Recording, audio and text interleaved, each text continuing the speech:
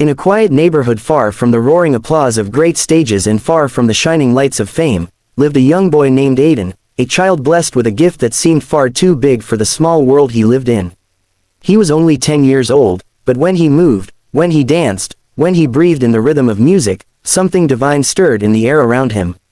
People used to say he looked like a miniature Michael Jackson, a child who could mirror the elegance, the grace, and the magic of the king of pop. But what they didn't see, what they couldn't see, was that Aiden wasn't dancing to imitate someone else. He was dancing to heal himself. He was dancing to survive.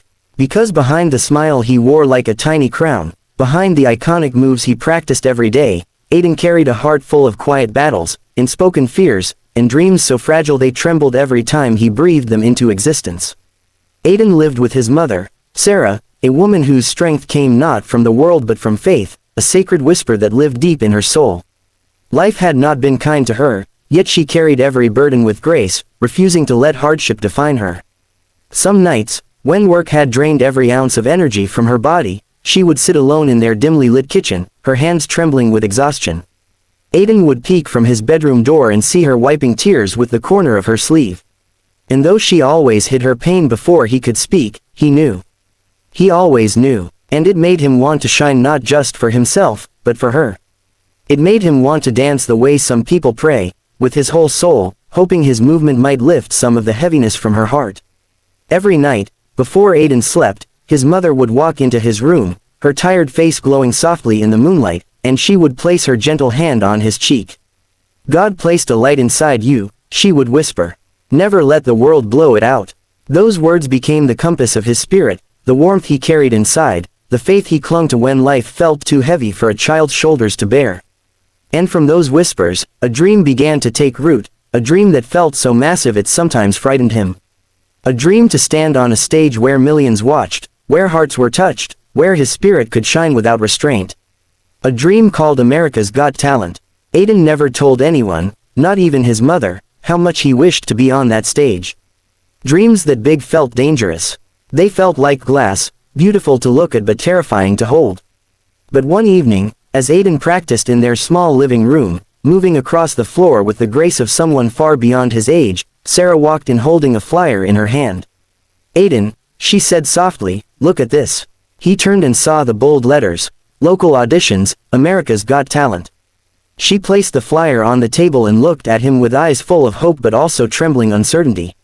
"Maybe," she whispered, "this is where your light needs to shine." Aiden felt his heart leap and sink at the same time. He wanted to go. He desperately wanted to go. But fear rose in him like a wave ready to pull him under. What if he wasn't good enough? What if people laughed? What if the world saw him, and didn't accept him? He looked down, unable to speak, and Sarah walked to him, kneeling until she was at his eye level. "You don't have to be perfect," she said gently. "You just have to be brave." That night, long after she fell asleep, Aiden sat at his desk and opened the small notebook where he wrote thoughts he never shared with anyone.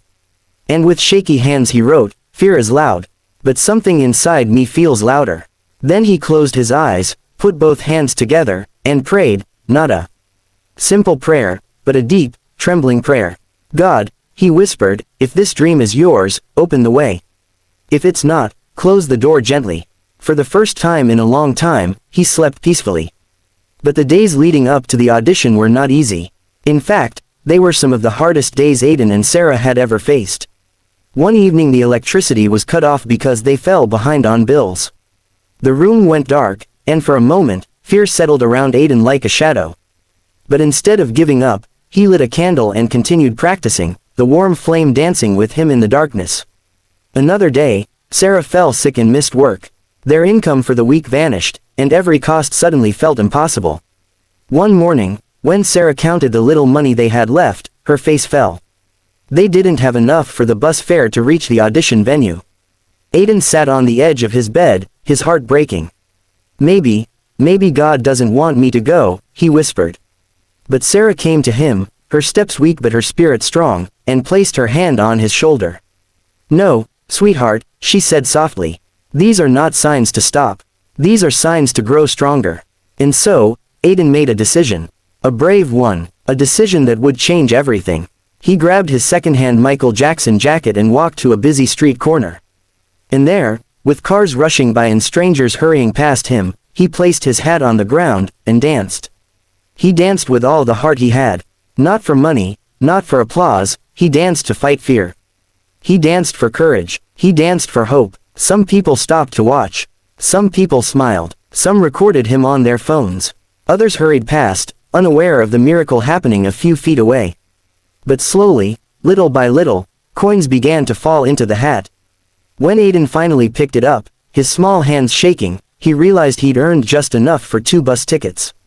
He broke into tears, holding the coins like they were treasure. And in a way, they were. They were proof that when you move with faith, the universe moves with you. Audition day arrived, and the venue was overflowing with talent. Kids with glittering costumes, professional trainers, perfectly styled hair, and polished confidence filled the room. Aiden felt tiny next to them, like a candle surrounded by blazing torches. He wore his well-loved jacket, the one Sarah had found at a thrift store years ago, and his shoes were scuffed from practicing on the rough living room floor. But when Sarah took his hand and gave it a squeeze, something inside him settled. "Remember," she whispered, "your light doesn't come from your clothes or your shoes. It comes from here." She tapped his chest. "From your heart." When Aiden's name was finally called, he felt his legs tremble. The stage looked impossibly big.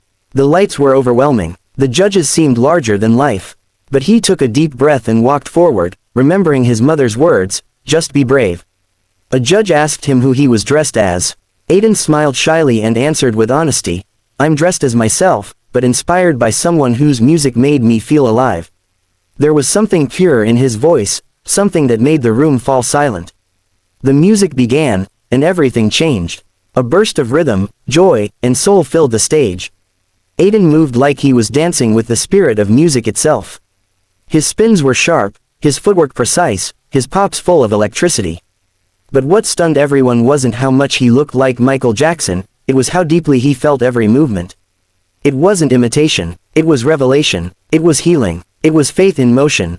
People in the audience began wiping tears from their eyes, touched by something far beyond talent. Something spiritual, something divine. Judges who had seen thousands of performers leaned forward, mesmerized. One whispered, "This boy, he's dancing from his soul." And when the music ended, when Aiden landed his final pose with tears glistening in his eyes, the entire auditorium rose to their feet. The applause was thunderous. The cheers shook the walls. Aiden looked into the crowd, overwhelmed, and then his eyes found his mother. She wasn't clapping. She was crying, but smiling through the tears that streamed down her face.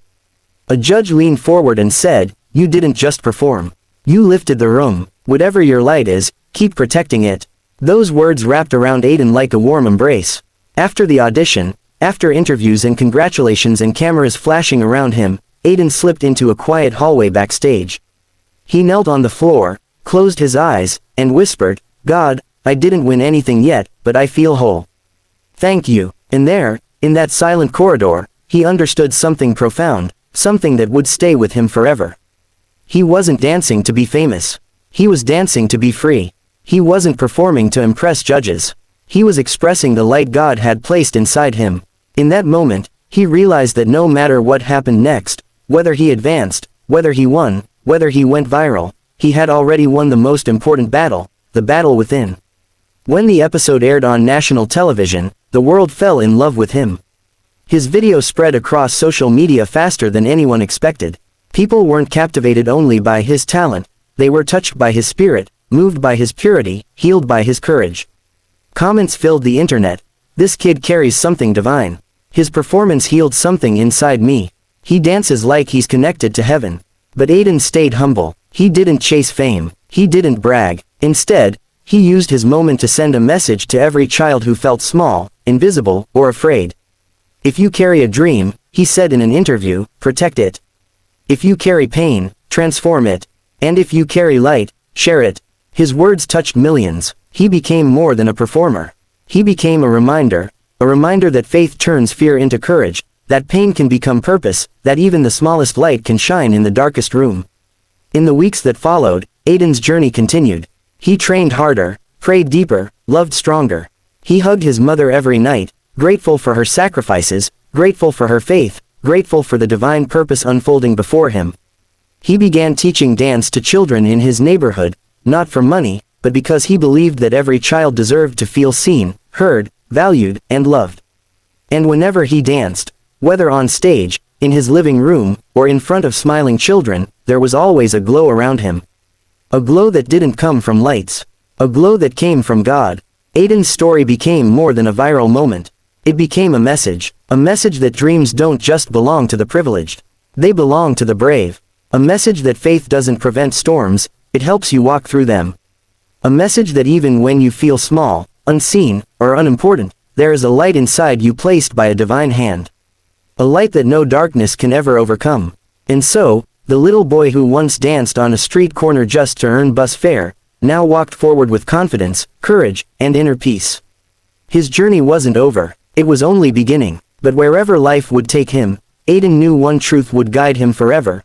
When you move with faith, when you act with love, when you use your gift to bring light into the world, you never walk alone. God walks with you, and your light will always shine.